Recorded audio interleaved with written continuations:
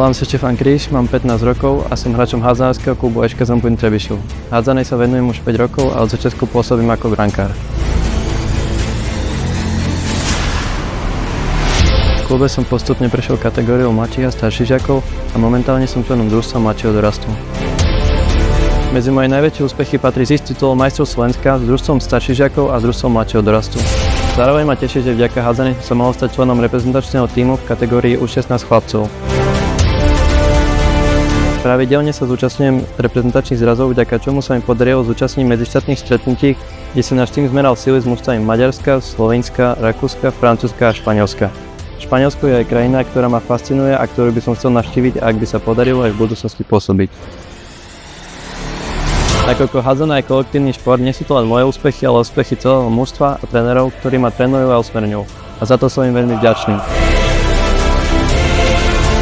Takisto sa chcem poďakovať aj mojim rodičom, ktorí ma v tomto športe podporujú. Teší ma, že existuje tento grant, ktorý pomáha mladým športovcom sa ďalej rozvíjať.